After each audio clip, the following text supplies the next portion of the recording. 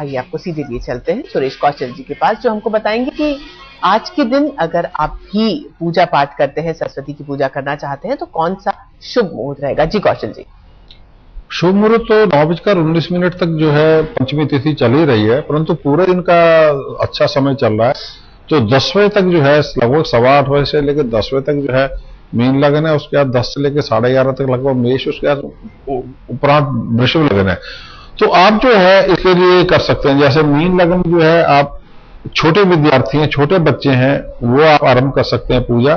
कला क्षेत्र से जुड़े जो लोग हैं वो लगभग 12 बजे से लेकर पौने 2 बजे के बीच जो वृषभ लगन है, उसमें जो है आप ये अपना पूजन आरंभ कर सकते हैं। अपना मंत्र है, जैसे कला के लिए बात हो रही थी, कला के लिए जैसे ओम ऐं नमो वग वग वाग देवी स्वाहा, ये मंत्र है कला से जुड़ा हुआ। और बच्चों के लिए ओम ऐं सरस्वती नमः, इस प्रकार के मंत्र आप जाप कर सकते हैं।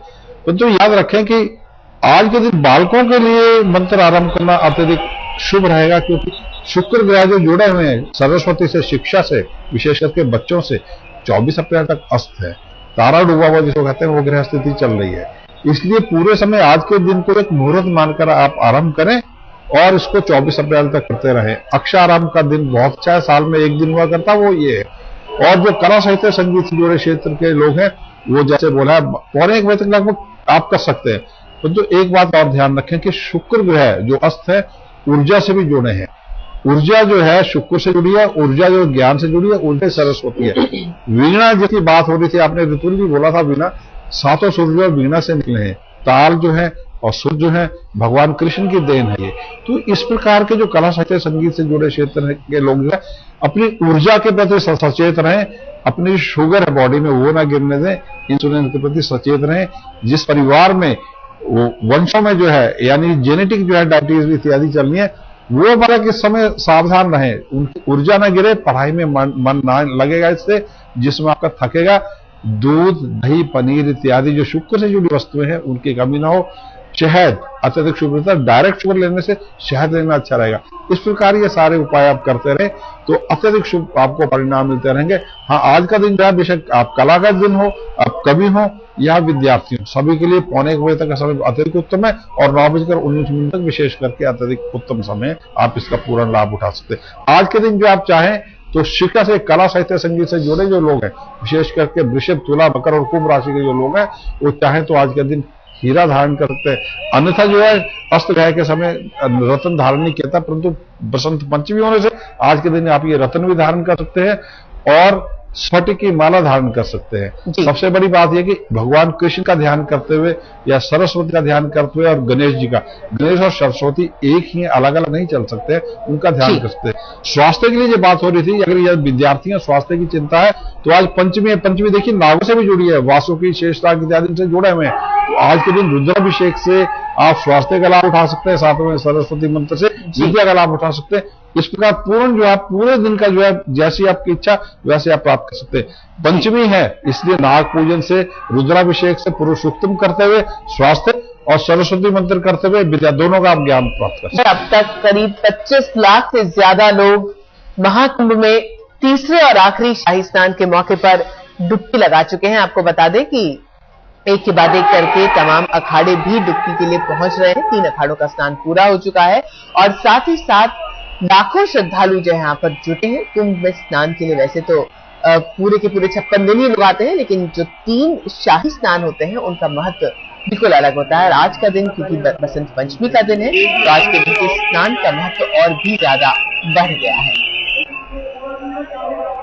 25 लाख से ज्यादा लोग अब तक पहुंच चुके हैं प्रयाग में डुबकी लगाने के लिए। और हम आपको ये भी बता दें कि अगर आप पिछले स्नान से इसकी तुलना करेंगे तो शायद ये आंकड़ा अभी तक उतना ज्यादा नहीं है जितना पिछली बार था, लेकिन फिर भी धीरे धीरे करके श्रद्धालुओं का आना जारी है। और साथ ही साथ जारी है प्रशासन की वो कोशिशें कि कोई भी हादसा हुए बगैर आज का ये स्नान शांतिपूर्ण तरीके से निपट जाए। सबसे पहला जो स्नान किया वो निरंजनी अखाड़े ने किया, डुबकी लगाई निरंजनी अखाड़े ने, महानिर्वाणी अखाड़े में से, और उसके बाद निरंजनी अखाड़ा पहुंचा और फिर जूना अखाड़े का वक्त आया डुबकी लगाने का।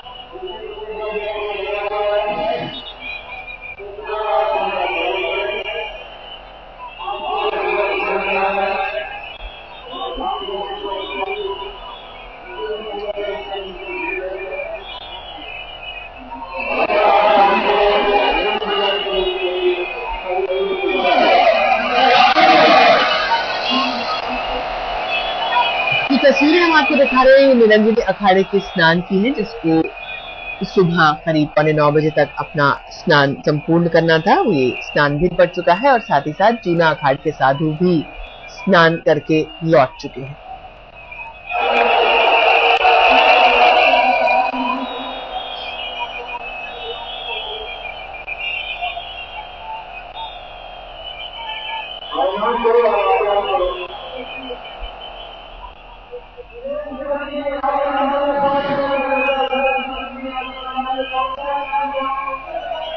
अखाड़ों के स्नान में आपको वो तस्वीरें, वो शान शौकत नहीं दिख रही होगी जो इससे पहले 2 स्नानों में नजर आई, जहां हाथी घोड़े की सवारियां होती थी, बड़े बड़े रथ पर सवार महामंडलेश्वर नजर आते थे और पूरे लाल लश्कर के साथ ये अखाड़े स्नान के लिए निकल रहे थे। लेकिन मौनी अमावस्या के दिन जिस तरह से हादसा हो गया, रेलवे स्टेशन पर 36 लोगों की मौत हो गई, उसके बाद सभी अखाड़ों ने मिलकर ये फैसला किया कि आज का जो स्नान होगा वो बड़ी ही सादगी से किया जाएगा और उसी के तहत एक एक करके सभी अखाड़े पैदल ही गंगा के तट पर पहुंच रहे हैं और स्नान कर रहे हैं। दूसरी तरफ जो 22 अन्य घाट बनाए गए हैं आम लोगों के शाही स्नान, आम लोगों के स्नान के लिए, उस पर भी लोगों का आना लगातार जारी है और 25 लाख तक का अभी तक का आंकड़ा है। मेला क्षेत्र के जो अधिकारी हैं उनका स्नान के लिए लोग पहुंच चुके हैं।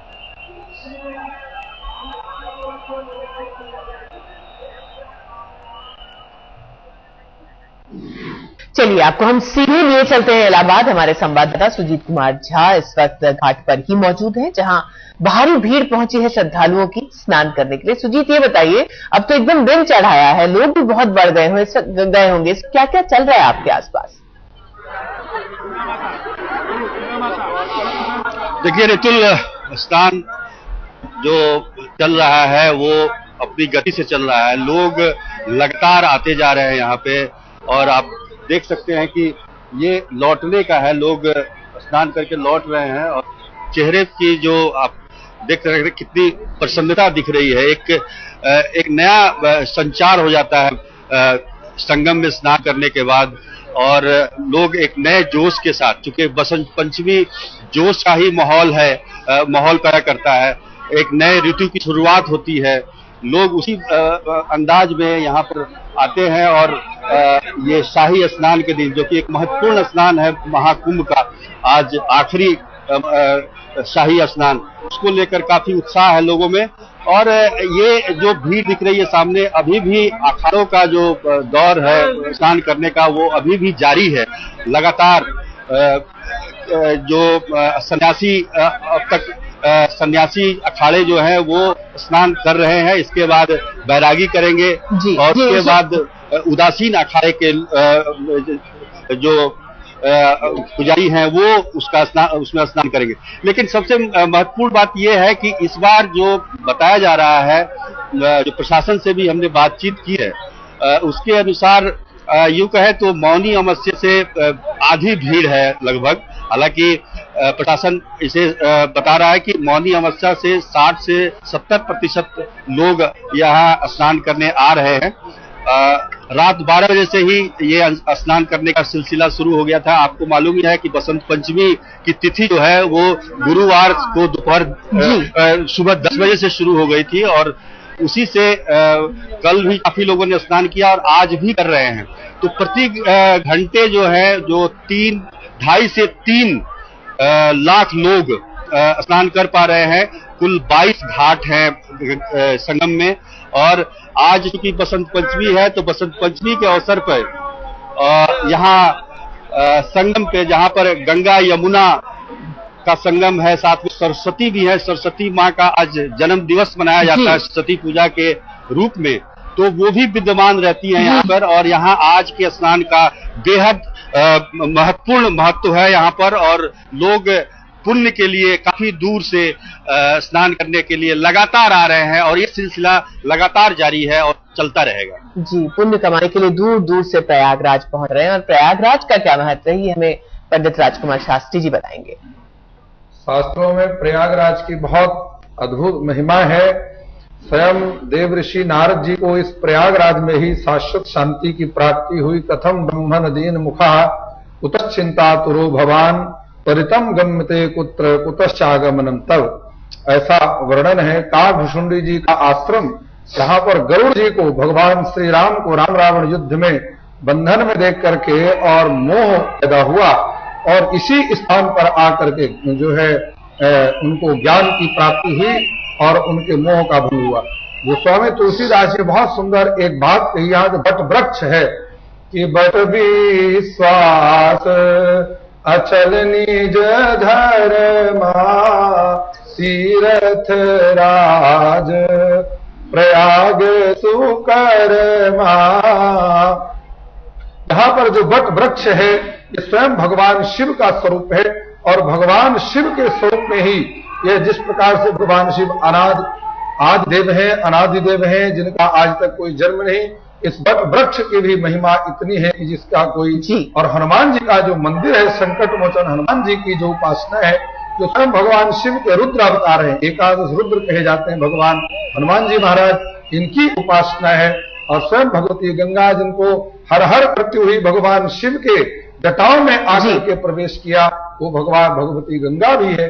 तो इस प्रकार से तीन चीजें यहां पर हैं, और तीन का हमारे शास्त्र में बहुत बड़ा महत्व है। देखिए, ज्योतिष की बात करें तो पश्यन्ति सप्तमं सर्वे शनि जीव कुजादयः विशेष त्रिदश त्रिकोण चतुरष्टमान।